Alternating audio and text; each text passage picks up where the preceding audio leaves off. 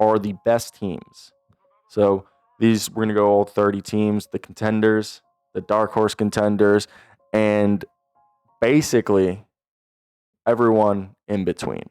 Now, also the play-in teams at best, or they're tanking teams, going to be the ones at the bottom. So just there for a little bit of context. Now, let's go ahead and talk about it. So tier 1, these are going to be the contenders, and this is all based on roster, off-season moves, and their playoff potential. And I know everybody is probably already thinking Cavs, Thunder. There's different ways that I was viewing this. So I think we'll go through it. I'd like to hear your guys' thoughts. I know this is being clipped from the stream, so if you're watching the stream, I'll add your thoughts. And yes, the top couple teams are the obvious ones: the Thunder, the Knicks, the Cavs, the Nuggets, and the Timberwolves. I think we do need to be admitting that they have there. Now, I put Nikola Topic in there because I really like Topic. I thought he did well, but I think it is more of a point. So we have OKC as the number 1 in the top contenders category. Look, they just won a championship. They also are a team that, in my opinion, every year they have another young guy who's going to step up. And this year it's going to be Topic, in my opinion. And what is their biggest weakness at this point? Somebody blowing their Achilles. Knock on wood. I don't want that to happen, but that is the biggest thing that could really hold them back from having the success that we expect them to have. And Topic is someone who can play the 1, 2, and 3, and that's why I think he could be the breakout guy. If it's not Topic, it's somehow Ousmane Dieng if they keep him. I also think Sorber is going to impress people because he's going to be the Isaiah Hartenstein replacement. And I kept telling our boy Nick Crane that I think Sorber is going to be their pick. And he thought Derek Queen. I was like, dude, Sorber just like he's such a good screener. He's so big that if any team wants him, they're going to go after him. So, by the way, we're going to go through the contenders a little quicker than the other ones just because I feel like they're obvious. Now, the Knicks are the next one. I don't know. I think 1 is obvious. I think 2 through 5 or whatever, these rest of the contenders, they're all in the same field because they all have their flaws. The Knicks have everything you want. OG Anunoby, Mikal Bridges as defenders. You have Deuce McBride, another one. Josh Hart. You have Mitchell Robinson. And then on top of that, you have your 2 scoring guys in Karl-Anthony Towns and Jalen Brunson. You brought in Darshan Yabusele, who I love. Good interview. Check that one out. It's in a playlist. Go to my channel. Either way. Then you have yourself Mr. Jordan Clarkson who came in. And I thought that was cool. That was cool. You got scoring. And I know it's another guy, but like you don't have to put the pressure all there. But the team's depth is better than it was a year ago. The Cavaliers, they traded Ty Jerome out basically, or swapped him out with Lonzo Ball. And this is a team that they didn't really lose much. I think if anything, they got better defensively. They got more reliable depth. And I think they're committing to what they need. Now, could they still get another wing or do something where I personally think, like, if you could flip Darius Garland for an Anthony Simons and a George Niang, I wouldn't be too mad about that. That's kind of what I'm saying. Look, the Timberwolves have continued to get to the same spot that they've been in the few years with different iterations of their team. The biggest question is replacing Nickeil Alexander-Walker, which in itself is going to be huge.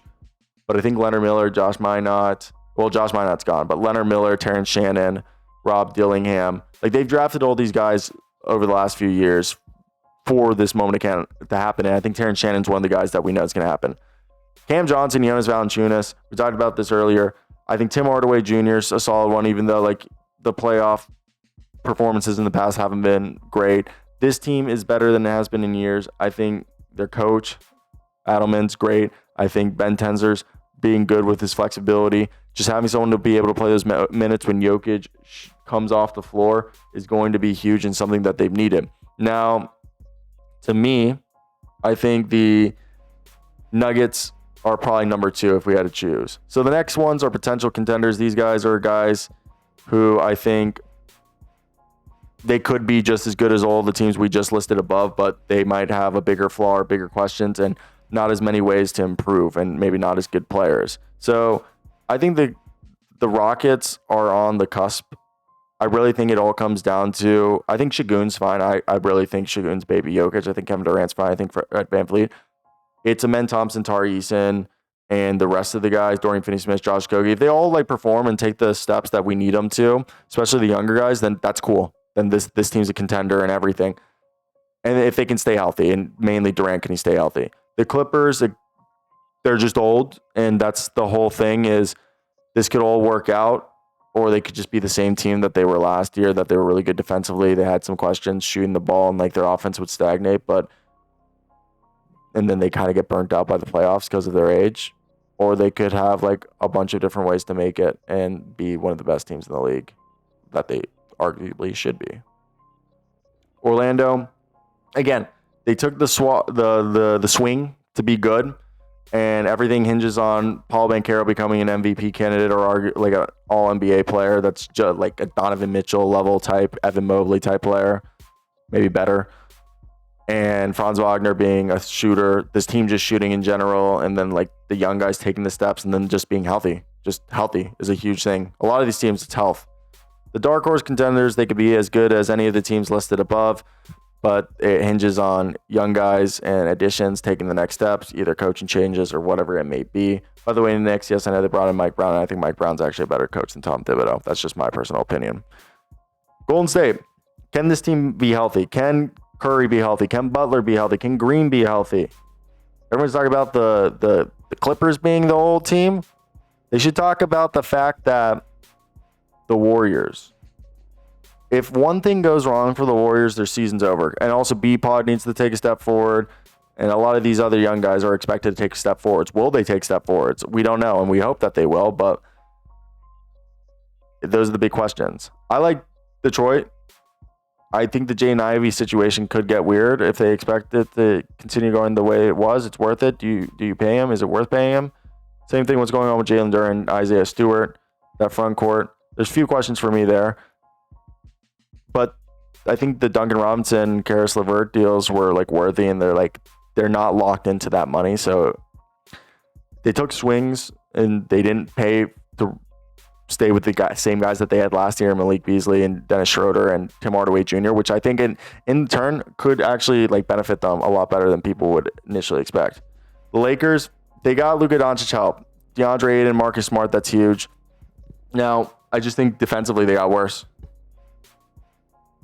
I think it's a really big gamble, Dorian Finney-Smith being replaced by Marcus Smart. Like, how couldn't you get Josh Okogie? How did the Rockets also get Josh Okogie? You should have gotten Josh Okogie too. That one makes no sense to me.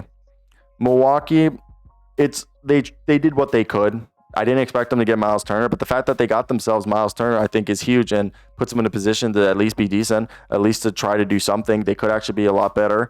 They put themselves in a position where they don't have a guard. Maybe they go after Corey Joseph or Monte Morris. Those are like the only two guards. I mean, Markelle Fultz too. Markelle Fultz was on the Kings last year. It wasn't great, and he had like a knee problem that kept him out most of the year, but he's somebody. The Hawks, I have them personally higher, but I felt like that would be bias. If it all goes well, they could be a top 5 team in the league. Porzingis, Jalen Johnson, Zachary Risache, Dyson Daniels, Trae Young. That's a pretty good starting 5. And then they still got like Onyeka Okongwu. They still got themselves I'm like blanking on the roster now, but it's pissing me off that I'm blanking on the roster, and we literally just had it in front of us. So we're not even. Vit Krejci. They also have Kobe Buffkin. They also have themselves. I'm envisioning this roster in my head. Luke Kennard that they brought in, and Asay Newell. I'm remembering it. So Mo Gay. So to me, like, I think they've done a good job of putting together a team. Memphis. I actually like the committee approach of replacing Desmond Bane with hopefully Cedric Howard's healthy, Contavious Caldwell-Pope, Cam Spencer, and Jalen Wells. I know Zach Edey and Jaren Jackson Jr. being not healthy potentially to start the season isn't great, or start training camp. I think the team's deeper than it has been in years past, and that they could do some damage. Now, I also love that Tomas Isalo coached the Summer League team. I thought that was cool. Indy, They don't have Tyrese Halliburton. I mean, TJ McConnell did great.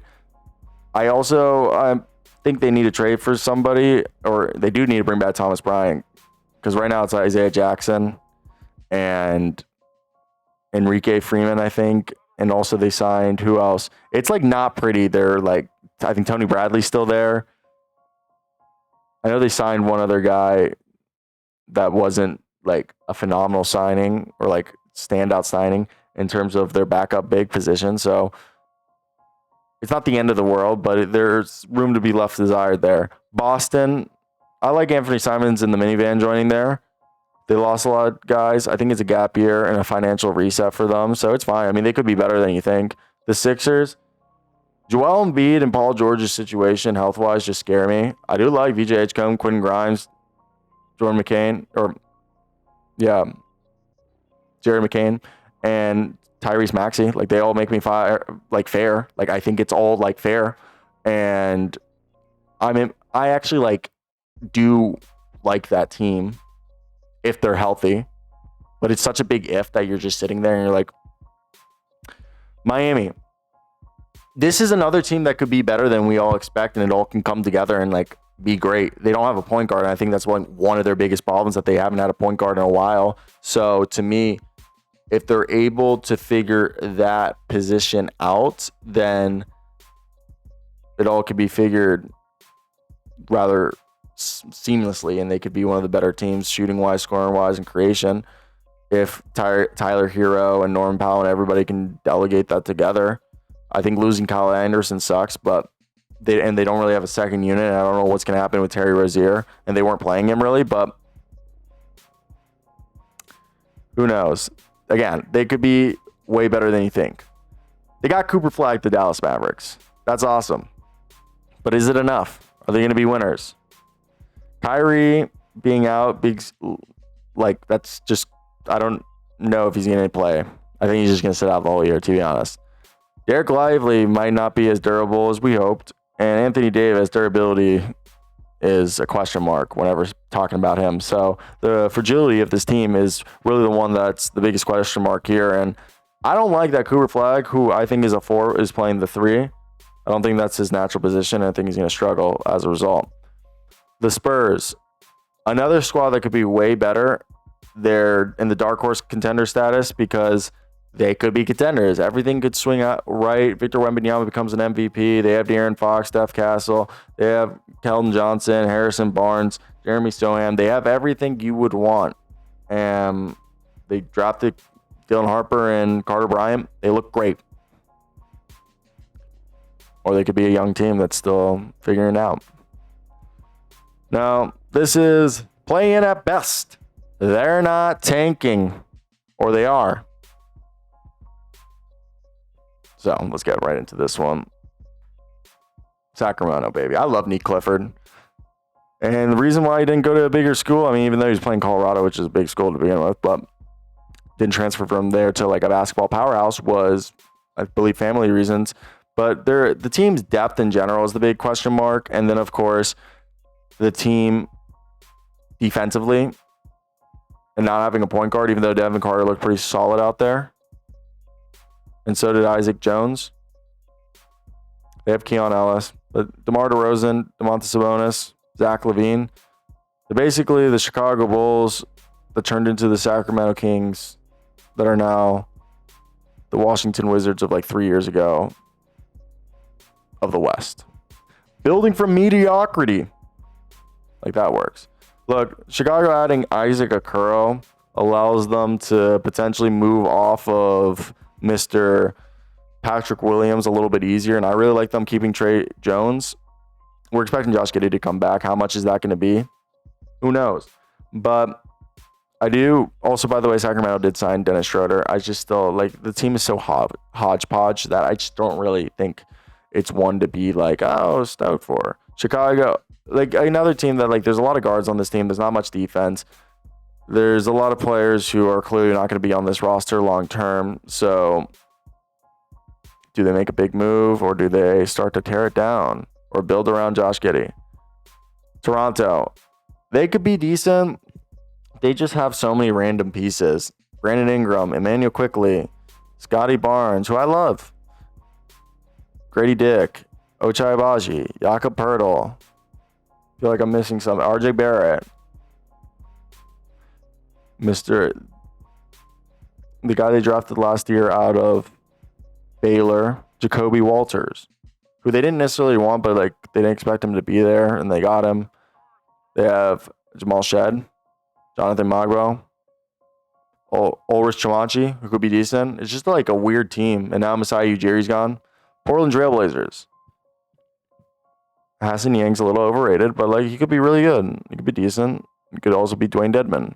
Now, I think the next thing is are they going to get rid of Robert Williams? Tamani Kamara, Denny Avdia, Scoot Henderson, Shaden Sharp, eventually Damian Lillard. They have Drew Holiday. Like, it's a decent team. Dupe Reith, like, it's fun. I think it could be better in a year or two. Phoenix, come on, we'll watch. Mark Williams, Jalen Green. They don't have a point guard. Unless Colin Gillespie is just going to shock the world and be like, come into the area. But, I mean, they're another team that it's like you're a playing team. Maybe the 60 at best if Jordan Ott's that good of a coach and they shock everyone with this roster construction. Also, Brian Gregory, their GM, is like 5'6". That's a lie. He's like 5'8". But he's a very small man. I've walked by him twice now. Now, these teams are going to suck. Okay, by the way, I could put the Pelicans in the latter category or the former category with them being a play-in if they're not taking. But this team just took on money. I don't know what's going on with Troy Weavers and Joe Dumars. It's already been a rough start. I'm sorry, Zion. Just keep eating those beignets, baby, and keep watching Mariah Mills in your free time. They'll all be fine. They'll all be fine, and then you'll wake up from this dream. Charlotte, they're just trying to set a good culture and maybe eventually trade LaMelo Ball. They just want guys who are going to show up and work and not smoke pot all day. And I love pot. I'm like not fully explaining what's going on there, but it's just like they're trying to bring more mature characters and like culture setters. And I think they're going to build around Brandon Miller. Utah, I really don't know what's going on there. Will Hardy probably doesn't know what's going on there. They also have a team that actually is a little bit more functional. They have a guard and Walter Clay in. Keontae George is probably going to move to the bench. Like, they have some pieces that it all comes together. Like Bryce or Brees. I think it's Bryce. Sensabaugh, Lowry Markkanen, Walker Kessler. Like, there's pieces there. It all could work. It's just, do they want to win? Next year's draft class is pretty decent. Following one, So this could be the last year that they would want to tank. And the Washington Wizards. Hey, Trey Johnson, Cam Whitmore, Keyshawn George, Bub Carrington, Alex Sarr, baby. We're going to watch you all the time. Ain't going to be any rim protection outside of Alex Sarr. But when Alex Sarr ain't in there, we better have some preparation H, because there's going to be a hole, and it's going to hurt.